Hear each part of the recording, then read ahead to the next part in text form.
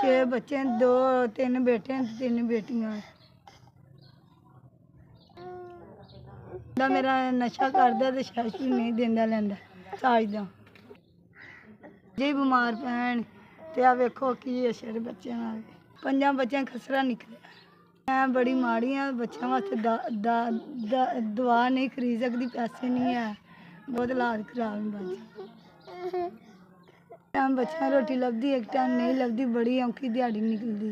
बच्चों चेक करवाना जो मदद कर सकते तो बड़ी मेहरबानी तुहाडी।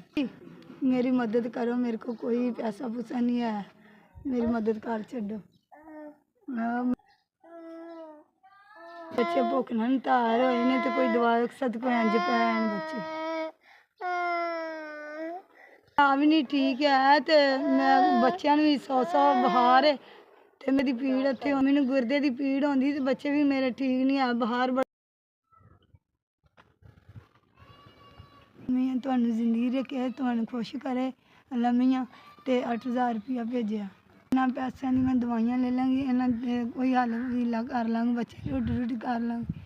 बड़ी बड़ी भैन भरा मैंने पैसे भेजने, जींदे रहन, खुश रहन, अल्लाह बात करे तुहानूं।